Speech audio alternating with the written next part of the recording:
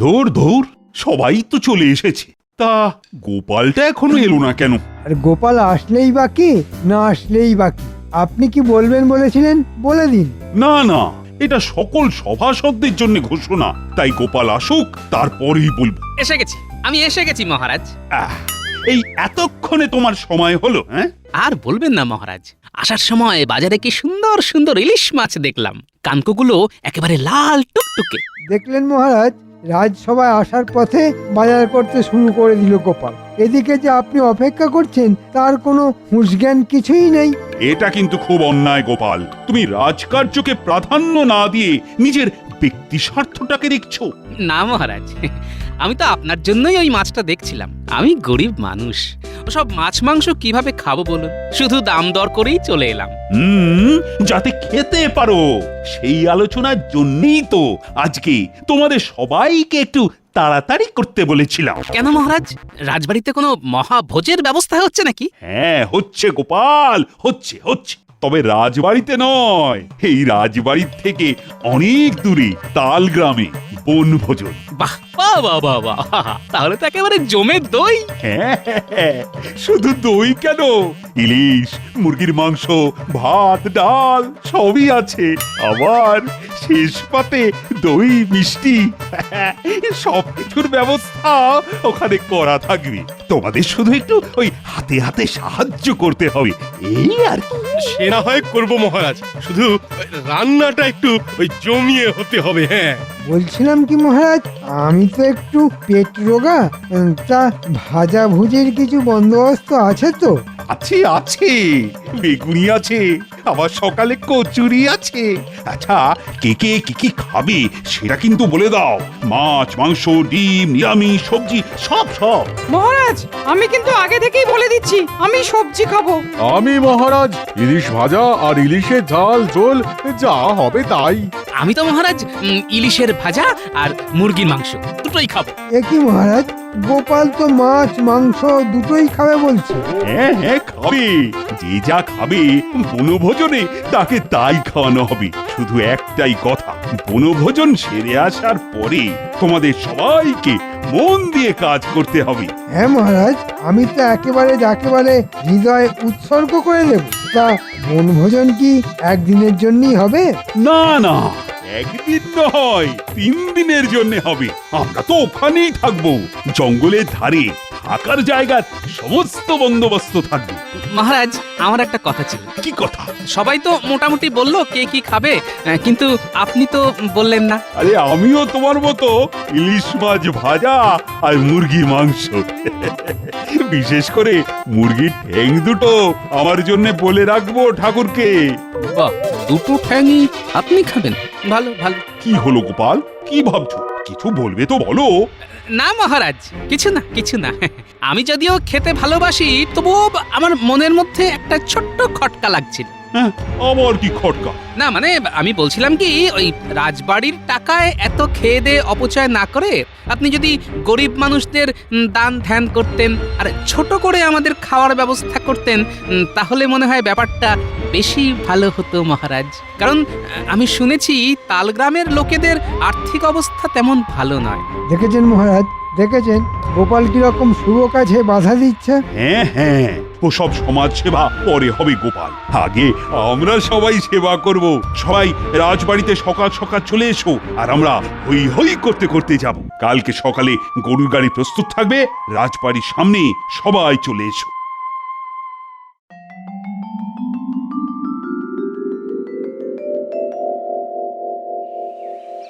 ব্যাস, এই তো সবাই চলে এসেছো তোমরা। এবার তাহলে গাড়ি ছাড়া হোক, চলো বনভোজন।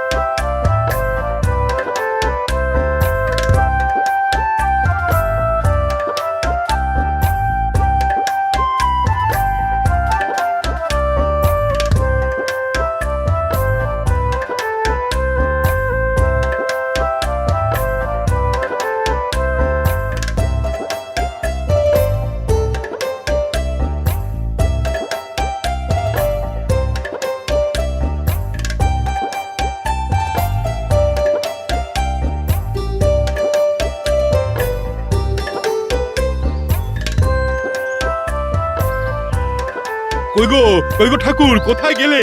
বনভোজনের জন্য এক ঝোলা মুরগির মাংস নিয়ে এসেছি।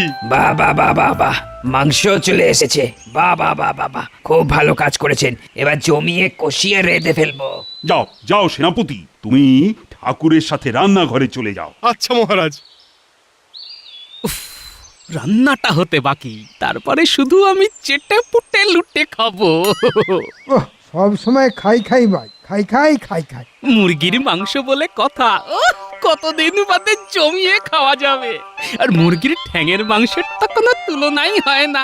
দেখুন মহারাজ, দেখুন দেখুন, নোলা দেখুন গোপালে, কোথায় আপনি ঠ্যাঙের মাংস খাবেন আর তাতে কিনা গোপাল লোভ দিচ্ছে। হ্যাঁ ঠিকই তো, ওটা তো আমার জন্যই বরাদ্দ।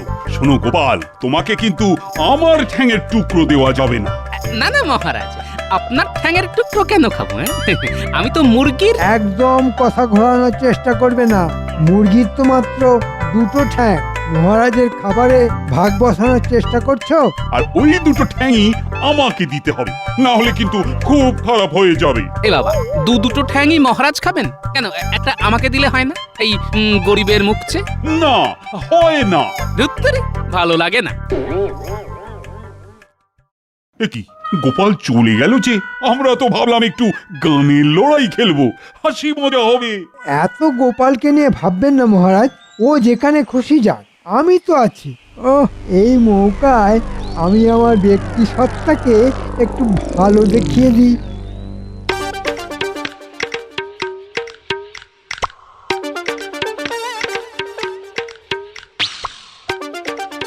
ও, মাংস রান্নার কি সুন্দর গন্ধ। ইলিশের তো কোনো গন্ধ পাচ্ছি না, মনে হচ্ছে এখনো ভাজা হয়নি। যাই একবার রান্নাঘরে ঢু মেরে আসি, দেখে আসি কি কি রান্না হয়েছে। ঠাকুর, ও রাধুনি ঠাকুর, রান্না হয়ে গেল নাকি? যা গন্ধ ছেড়েছে না। খাবার দিতে এখন অনেক দেরি আছে, তুমি এখন কেন এসেছো গোপাল? আরে নিজেকে আর স্থির রাখতে পারলাম না যে, গন্ধের টানে চলে এলাম। ও ঠাকুর, একটু একটু একটু চাকতে দেবে? না না না, এখন কোনো মাংস দিতে পারবো না, এখনো বেশ কিছু রান্না বাকি। ঠিক আছে ঠিক আছে, মাংস দিতে হবে না, একটু ওই কাই দাও না, চেটে দেখি। ওহ গোপাল, তোমার না বড্ড নোলা। নাও, হাত পাতো। দারুণ হয়েছে গো ঠাকুর, তোমার হাতে না একেবারে জাদু আছে, জাদু। মাংসের ঝোলের মধ্যে কেমন যেন একটা টক ঝাল মিষ্টির সমাহার সৃষ্টি করেছো। খুব তো আমাকে তোল্লাই দিচ্ছ, তা তোমার মতলবটা কি বলো তো? ঠাকুর, ও ঠাকুর, একটা মনের কথা বলি। শোনো না শোনো না, আমার এই ঝোলে না তেমন মন ভরলো না। দাও না দাও না, এক টুকরো, এক টুকরো। গোপাল, এই দেখো, রেগে যাচ্ছ কেন? ঠিক আছে ঠিক আছে, বড় টুকরো দিতে হবে না, ওই ওই ওই ছোট দেখে ভাঙা চোরা টেরা বেঁকা এক টুকরো। চলে যাও চলে যাও চলে যাও বলছি, নাহলে আমি মহারাজকে এক্ষুনি ডেকে বলবো। দূর দূর, ভাবলাম বনভোজনে এসে শুরু থেকেই খ্যাটন শুরু হবে, কিন্তু সব পরিকল্পনা একেবারে চৌপাট হয়ে গেল।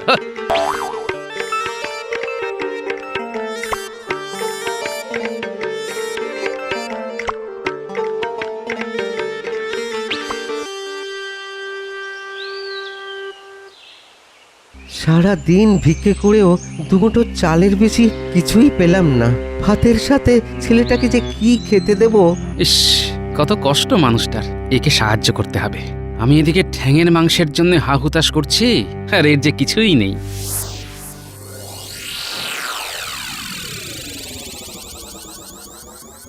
এই পাশ, ঠাকুর রান্নাঘরে নেই, নিশ্চয়ই অন্য কোনো কাজে গেছে। এই সুযোগে আমি আমার কাজটা শুরু করে দিই। আমিও খাবো না, মহারাজও খাবে না, কিন্তু খাবে গরিব মানুষ। দেখি, আরে হাতে কি যেন একটা ঠেকলো না। এটাই ঠ্যাঙের টুকরো। না, আমাকে ছুটে যেতে হবে, নইলে ওই লোকটাকে আবার খুঁজে পাওয়া যাবে না।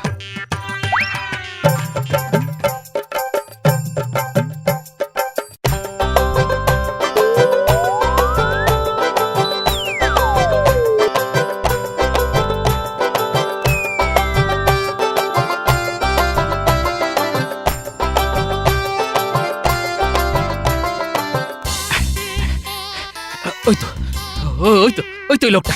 ও ভাইয়া, দাঁড়াও দাঁড়াও। হ্যাঁ, আমাকে ডাকছো? হ্যাঁ গো তোমাকে। এই না ধর, কি এটা? মুরগির জোড়া ঠ্যাং। বাপ বেটাই মিলে ভাতের সাথে মেখে খেও। মুরগির ঠ্যাং দিয়ে ভাত খাবো? কি ভাগ্য আমার!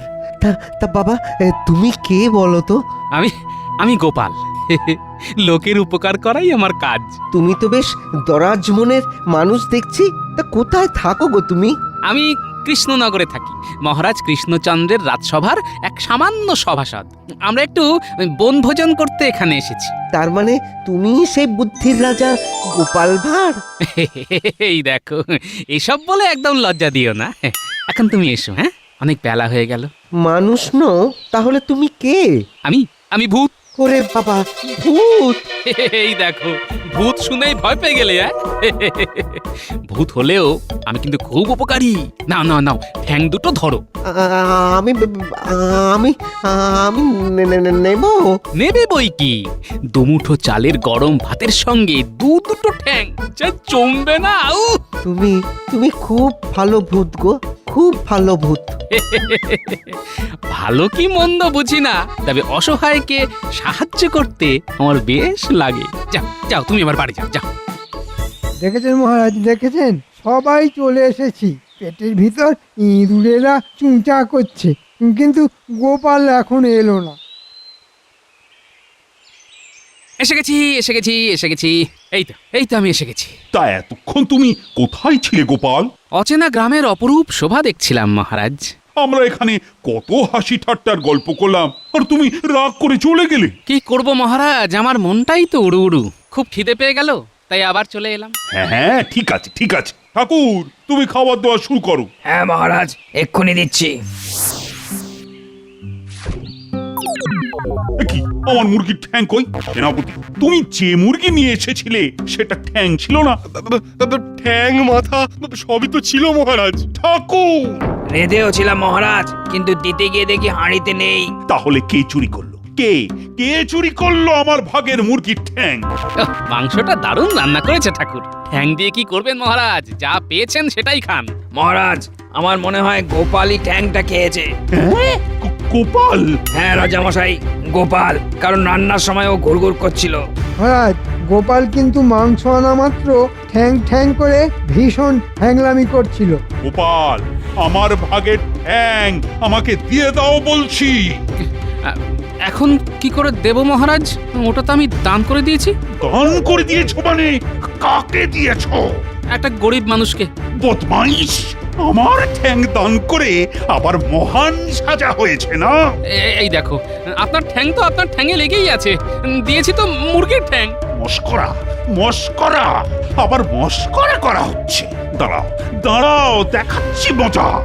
ওরে বাবারে, মহারাজ খেপে গেছে, পাত নিয়ে পালাই। গোপাল গোপাল, দাঁড়াও দাঁড়াও বলছি।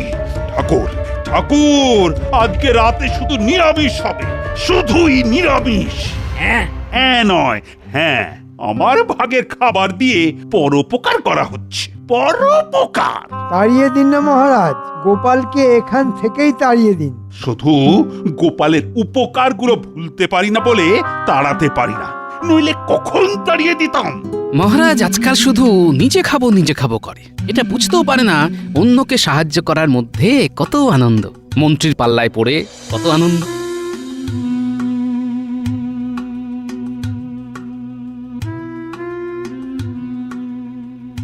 এ বাবা, ওর পরনের কাপড়টা কি ছেঁড়া, একেও একটু সাহায্য করা যাক।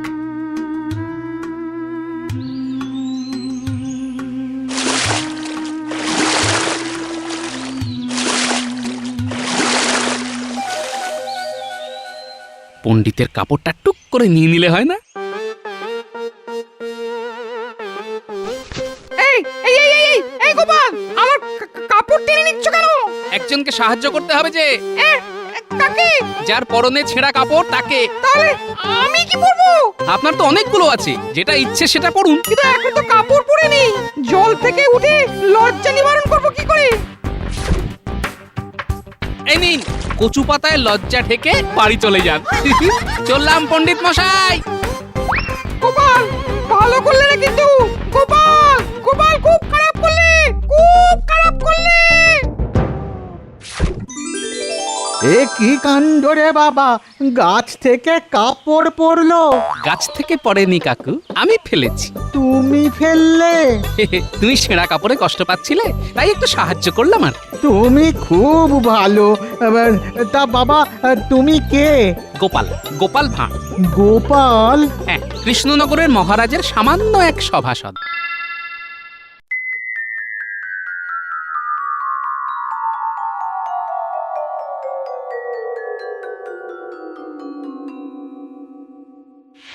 গোপালের এই মস্করার কিন্তু একটা বিচার করতে হবে মহারাজ। এই, এখন আমার মিজাজ খুব খারাপ, কোনো বিচারই এখন আমি করতে পারবো না। কিন্তু বিচার তো আপনাকে করতেই হবে। গোপাল যে আমার পরনের কাপড় নিয়ে পালিয়ে গেছে। গোপাল! আরে আরে, ও যে আমার মুখের মুরগির ঠ্যাং নিয়ে পালিয়ে গেছে। কল্লাই পেয়ে পেয়ে গোপালের সাহস কেমন হয়েছে দেখেছেন? আমার পরনের কাপড়, আপনার মুখের খাবার সব নিয়ে পালিয়েছে। না না না না, গোপালকে ধরে উত্তম উত্তম দলাই দেওয়া দরকার। আরে, ধোলাই দেওয়ার জন্য আমারও তো হাত পা নিষ্পিস করছে, কিন্তু সে তো পালিয়েছে। পালিয়েছে? পালিয়ে আর যাবে কোথায়? জাল ছিঁড়ে পালালেও পুকুর থেকে তো আর পালাতে পারবে না। চলুন দুজনে মিলে পেটাকে ধরে আনি।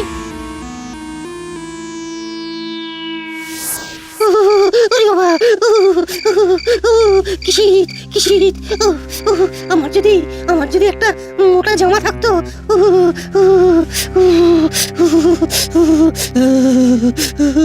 যেদিকে তাকাও সেদিকেই শুধু কষ্ট আর কষ্ট। কার মুখের খাবার নেই, কার কাপড় নেই, কার আবার শীতের হাত থেকে বাঁচার মতো মোটা জামা নেই। এই ছেলেটাকে এক্ষুনি একটা মোটা জামা দিয়ে সাহায্য করতে হবে। কিন্তু মোটা জামা কোথায় পাই? এসেছে এসেছে, বুদ্ধি এসেছে। যাই, সেনাপতির গায়ের জামাটা এনে ছেলেটাকে সাহায্য করি।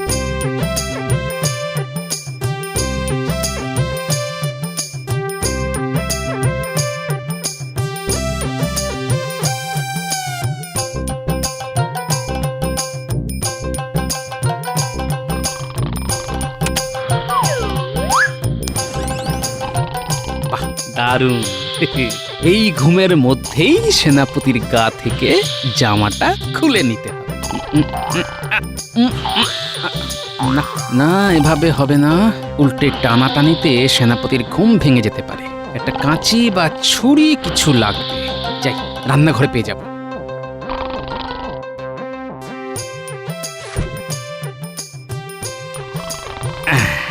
এখন কেটে গা থেকে বের করে নি, পরে সেলাই করে দিলেই চলে যাবে।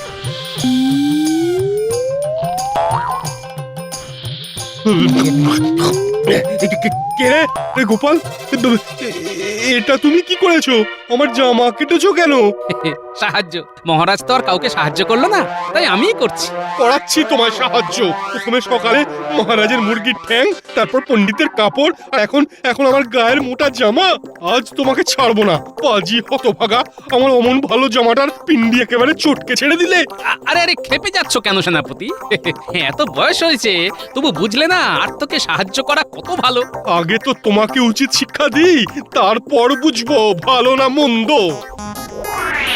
আরে আরে আরে, পালাচ্ছ কোথায়? দাঁড়াও দাঁড়াও বলছি, দাঁড়াও।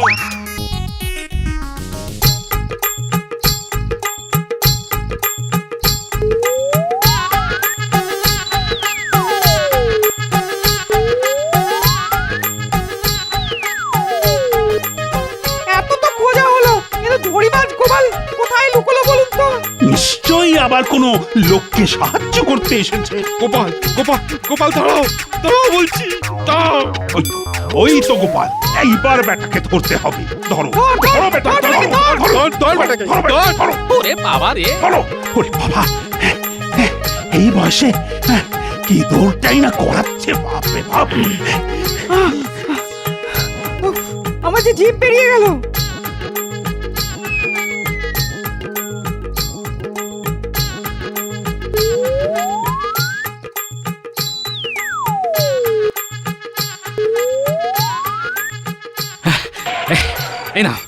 এই নাও ভাই, এই জামাটা নাও। একটু ছেঁড়া আছে, সেলাই করে নিজের মাপের মতো করে নিও। তোমার তো খুব কষ্ট, আমি এর থেকে আর বেশি কিছু করতে পারলাম না ভাই। তুমি তো ভগবান। আজ অব্দি আমাকে কেউ এতটুকু সাহায্য করেনি। এই প্রথম কারোর থেকে সাহায্য পেলাম। আমি তোমাকে একটা প্রণাম করতে চাই। ধুর পাগল, মানুষ মানুষের পাশে দাঁড়াবে না তো কে দাঁড়াবে বলো? আমার নাম গোপাল, কৃষ্ণনগরে বাড়ি। তোমাদের গ্রামে অনেকেই খুব গরিব, তাই যদি কারো কোনো সাহায্যের দরকার হয় আমাকে জানিও। হ্যাঁ, আমি নিজের সামর্থ্য মতন সাহায্য করব, কেমন? এ কি, আপনারা চলে এসেছেন? মহারাজ, আমি জানি আমি অনেক পাপ করেছি, যা শাস্তি দেওয়ার দিন আমাকে। দরকার হলে আমার 1 মাসের বেতন কেটে নিন, কিন্তু কিন্তু মহারাজ, এই গরিব মানুষটার কাছ থেকে দয়া করে জামাটা কেড়ে নেবেন না মহারাজ। সত্যি সত্যি গোপাল, ধন্য তুমি। আমি আমি তোমাকে ভুল বুঝেছিলাম, আর এখন তুমি আমার চোখ খুলে দিলে। সেনাপতি, তোমার জামা, আর পণ্ডিত, তোমার জন্য নতুন ধুতির ব্যবস্থা আমি করব। মানুষকে সাহায্য করার মধ্যে এতটা আনন্দ আজ আমি তোমার কাছে শিখলাম গোপাল, তোমার কাছে শিখলাম।